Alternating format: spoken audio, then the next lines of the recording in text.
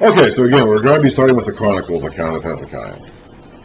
Ahaz was his father, and he was one of the wicked kings, probably the most wicked king that Judah had. Not Israel. Israel had probably kings who were worse, but Ahaz is probably the king of Judah that had been the worst up to this point in time. And he basically ended up getting to the point where he was just having a war against God. He just, whatever the reason, and people can get like this, okay?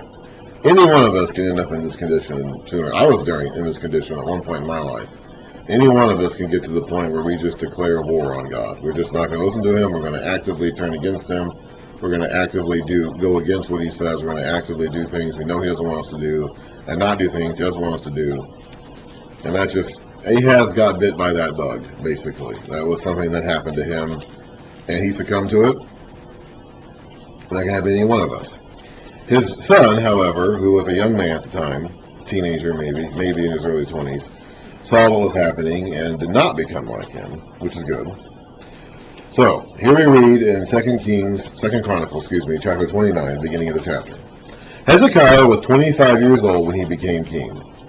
Now, it probably refers to his sole reign, which would have started in 715 BC, which means he would have been born about 740 BC, which coincidentally was the year that King Uzziah died, and the same year that Isaiah's ministry began, assuming that 25-year figure is the beginning of his sole reign. And he reigned in Jerusalem 29 years. Again, that refers to his sole reign. Again, later, that reign can be divided almost cleanly in half, before his illness and after his illness. Because he's going to get sick at a certain point, and he's going to have 15 years added to his life. So if he died in the year 29, and he had 15 years added to his life after his illness, he had the illness in the year 14. Which would be around 701 BC. Maybe 702. It's kind of depending on how the months fall in the year, or how you round off the years. The Babylonian king who sends messengers to Hezekiah was deposed by Sennacherib, Assyria's king, in about 702 BC. So presumably he would have sent those messengers to Hezekiah before he was deposed. They may have gotten to Hezekiah after he was deposed. That's possible. But at any rate, so that would be about 702 BC. Anyway, Hezekiah did what was right in the eyes of the Lord, just as his father David had done. So he's compared favorably to David. David is the standard bearer for the good kings of Israel. The reason for that, as I said before, is not because David was sinless. He was not. We read about several of his sins. And not because Hezekiah is sinless. He's not. He's going to have several sins too. He's going to make alliances with nations, which he's not supposed to do, or at least flirt with it. I'm not entirely clear if he ever went through and made these alliances. The Bible record doesn't actually say that per se, but it does indicate he was definitely in that league of conspiracy going against Assyria.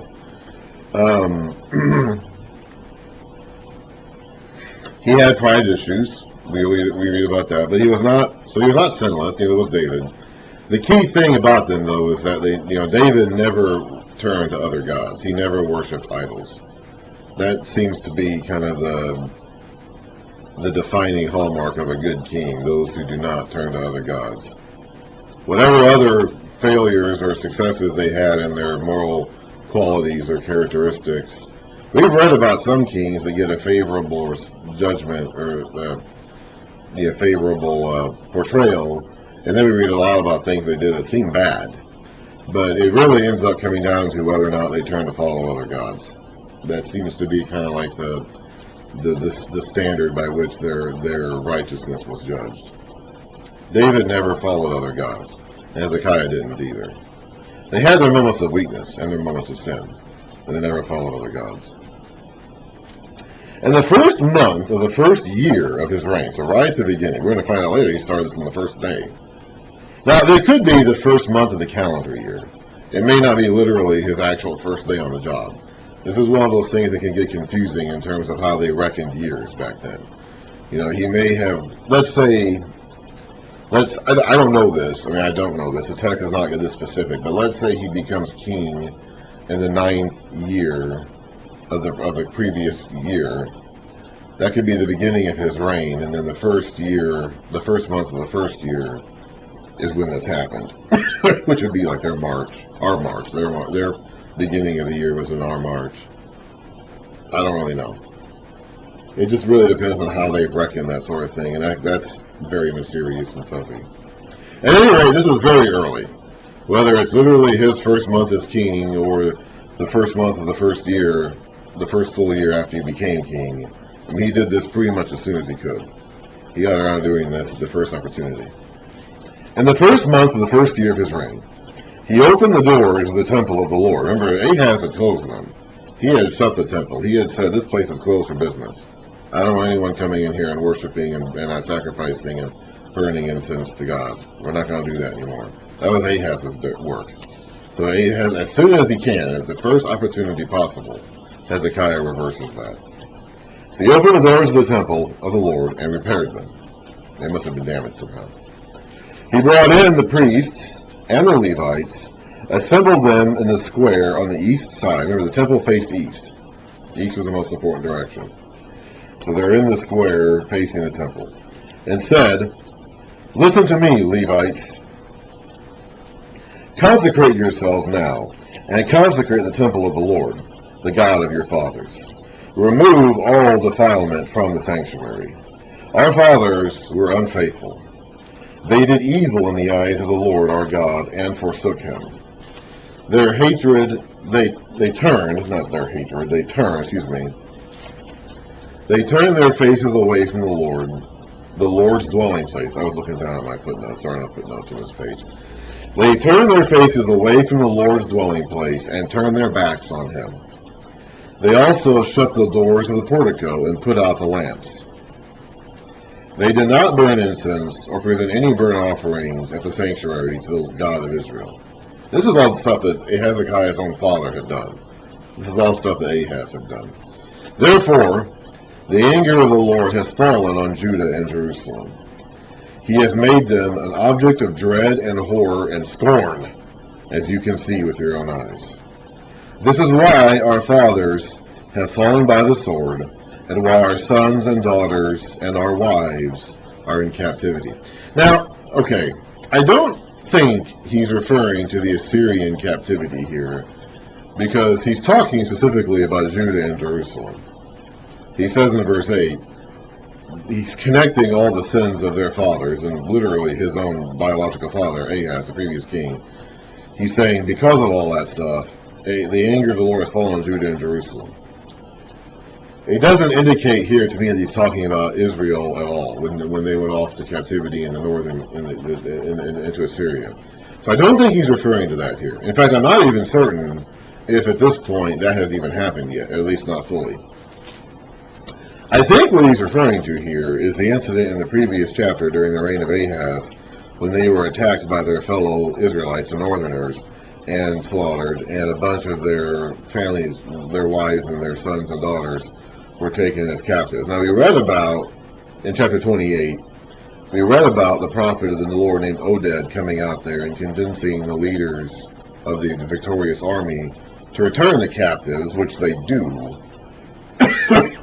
But I'm thinking that probably they didn't return all of them, and Hezekiah is referring to those who are still in captivity at that point in time. I'm thinking, okay, your first inclination is to think he's talking about the northern kingdom's fall, but I don't think he is, because he seems to be referring specifically to Judah and Jerusalem and the sins of their fathers and what's happened here in the south. Now, and that would have just been a few years. If that is the case, that would have just been a few years ago. I'm not entirely certain. I should point this out right now. I'm not entirely certain. I've done some reading on this, and I just cannot come to determination either way. Okay, so we read about the Hezekiah's age and his length of reign, and I said both of those probably refer to when he became sole king. But he did have a co-regency of a period of time before he became sole king. I don't know exactly when that started or how old he would have been. He may have been young. I don't know, when we're talking about this opening of the temple, I'm not clear if this is happening at the beginning of his sole reign or the beginning of his co-regency with his father. I don't know. If it's happening at the beginning of his co-regency with his father, then his father must have been inactive somehow. Ahaz was a wicked king who did all this stuff. He's the one who shut the temple in the first place. So if this is happening while Ahaz is still alive and Hezekiah is the co-regent, then somehow or another Ahaz must have been put out of the picture, so Hezekiah has the freedom to do this and the authority to do this. Or it could be happening at the beginning of Hezekiah's sole reign, which is in 715 BC, which would be after the fall of the northern kingdom. I'm not clear about this, and we'll find out a little bit later. We'll get to the spot that makes me kind of curious about this. But either way, I don't think, when he's talking about their wives and sons and daughters being in captivity, I don't think he's referring to the Assyrian captivity of the north. Because he's referring specifically to what's happened to them there in the south. And that hasn't happened to them. That particular type of captivity has not happened to them. Now, I intend to make a covenant with the Lord. That's the capital L-O-R-D, Lord, Jehovah, the name of Israel's God. The God of Israel. So that his fierce anger will turn away from us. My sons, do not be negligent now. Now, many of these men would have been older than him, because he's only 25 years old here at most. He may even have been younger if this is happening at the beginning of his co-reign and not his sole reign. So he's a young man here no matter what. So many of these Levites and priests would be older than him. In fact, the priests would all be older than him because you had to be 30 years old to be a priest. So he's referring to men who are probably older than him as sons. My sons, do not be negligent now. And by the way, he doesn't have any sons of his own yet at this point. For the Lord has chosen you to stand before him and to serve him, to minister before him and to burn incense. That means to pray. Then these Levites set to work. From the Kohathites, Ahaz son of Amasai and Joel son of Azariah. From the Merarites, Kish son of Abdi and Azariah son of Jehalelel.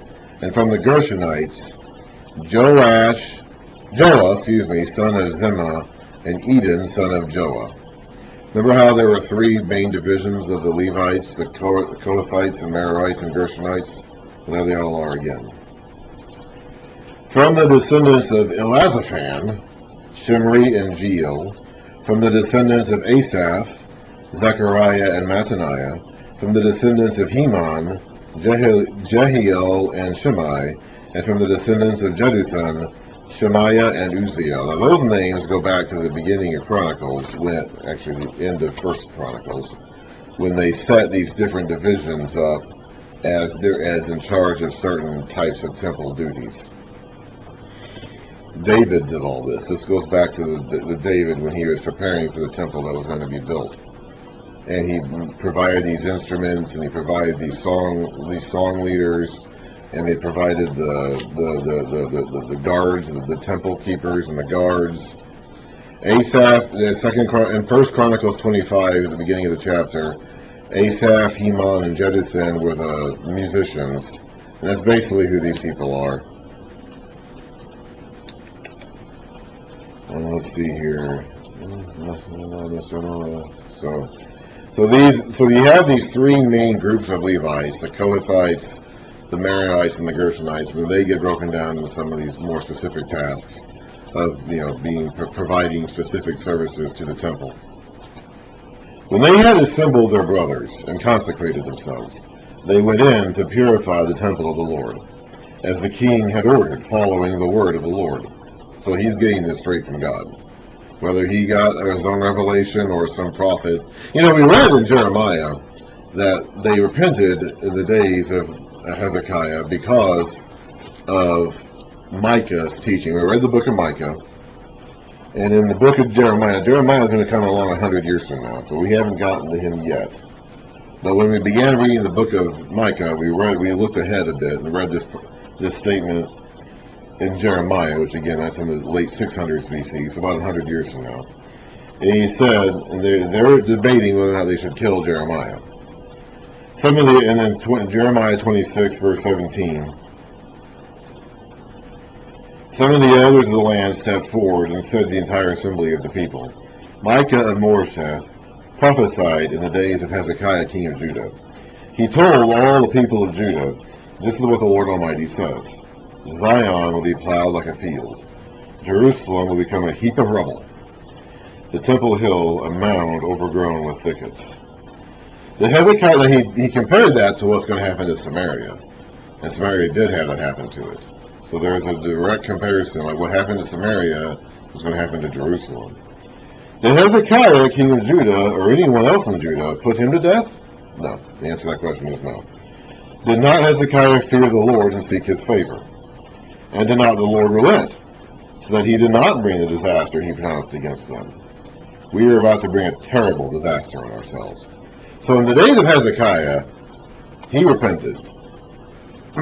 Hezekiah and the people of that day heard the word, apparently from Micah, and changed. They repented and turned their hearts back to God. And because of that, the destruction that was imminent, that had happened to the northern kingdom and was apparently imminent on the southern kingdom, was delayed by 100 years plus.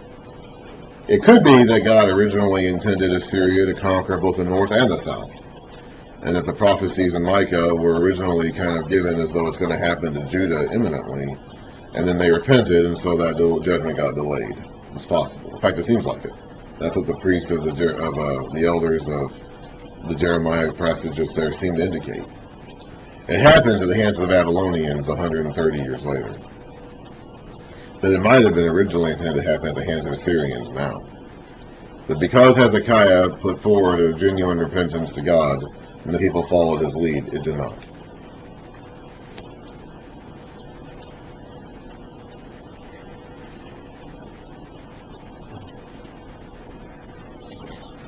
Let's read a little bit more. When they had assembled their brothers and consecrated themselves, they went in to purify the temple of the Lord, as the king had ordered, following the word of the Lord. So whether he got it from Micah, now Micah, as far as we know, Micah and Hezekiah had no face-to-face interaction, or at least none that have been recorded for us. Micah was a country prophet. It's possible Hezekiah never actually met him or heard him face-to-face, and he just heard his message delivered secondhand. It's possible. We know Hezekiah and Isaiah knew each other. We have recorded interactions between them. Isaiah was in the city with Hezekiah. Isaiah was in Jerusalem.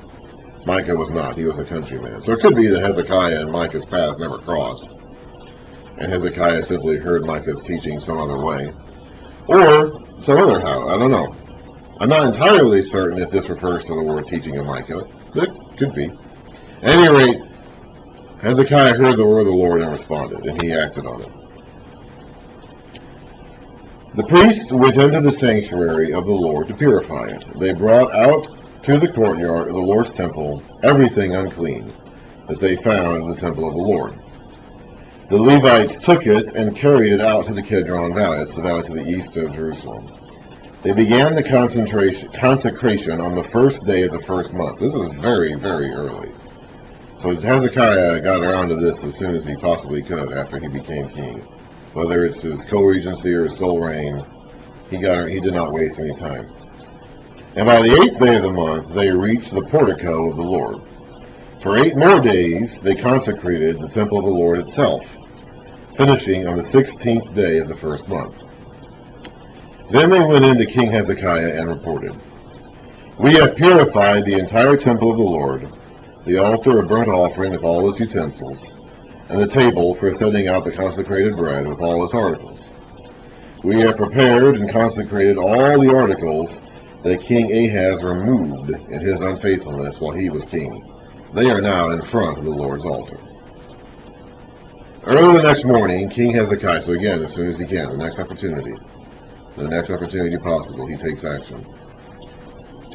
King Hezekiah gathered the city officials together and went up to the temple of the Lord.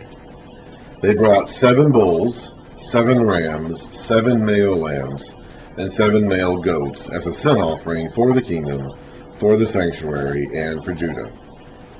The king commanded the priests, the descendants of Aaron, to offer these on the altar of the Lord. So the king is not doing it himself. He's bringing the offerings, but he is not taking the priest step of actually offering them. So they slaughtered the bulls, and the priests took the blood and sprinkled it on the altar. Next, they slaughtered the rams and sprinkled their blood on the altar. Then they slaughtered the lambs and sprinkled their blood on the altar. The goats of the sin offering were brought before the king and the assembly, and they laid their hands on them. We read about all this in Leviticus. We read about all the steps they were supposed to perform for the act sacrifices in Leviticus. The priests then slaughtered the goats and presented their blood on the altar for a sin offering to atone for all Israel, because the king had ordered the burnt offering and the sin offering for all Israel. And of course, the 7 of them stands for perfection and completeness. The 7 is the perfect number, the complete number. He stationed the Levites in the temple of the Lord with cymbals, harps, and lyres in the way prescribed by David. We read about that in the end of 1 Chronicles. And Gad, the king's seer, and Nathan the prophet. This was commanded by the Lord through his prophet. So when David instituted that pattern of worship for the temple, he was not making up his own thing. He was not just making up whatever he felt like and doing whatever he thought would be cool.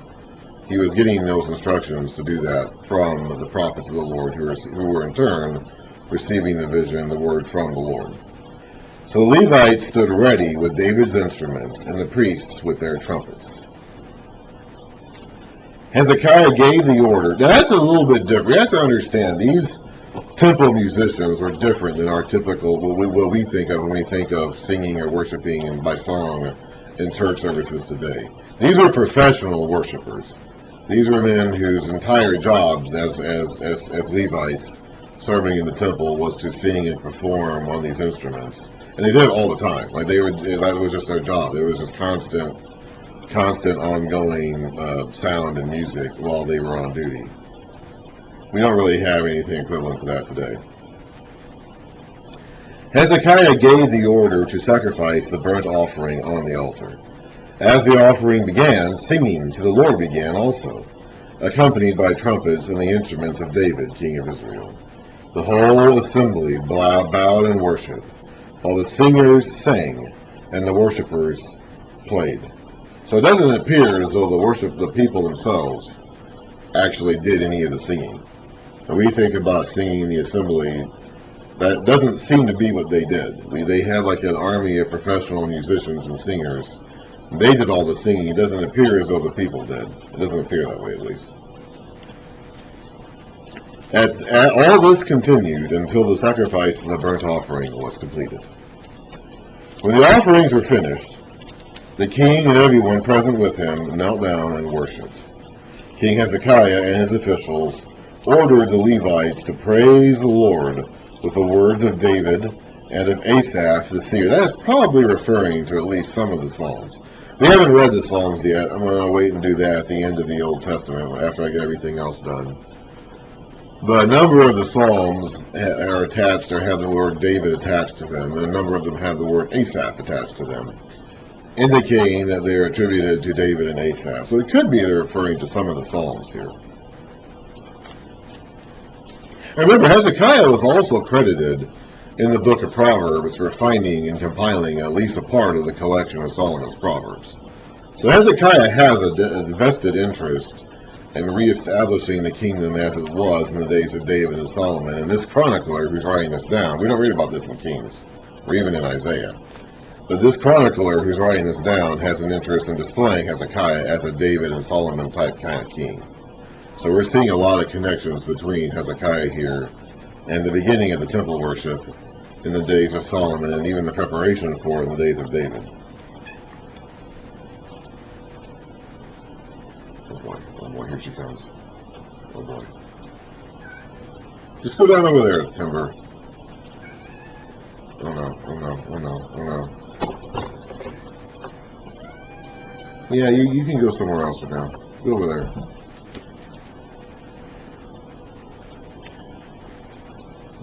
When the offerings were finished, the king and everyone present with him knelt down and worshipped.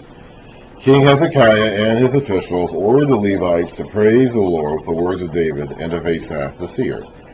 By the way, we're referring to Asaph as a seer here, not just a singer. So they sang praises with gladness and bowed their heads and worshipped. I'll go ahead and start a new video after this.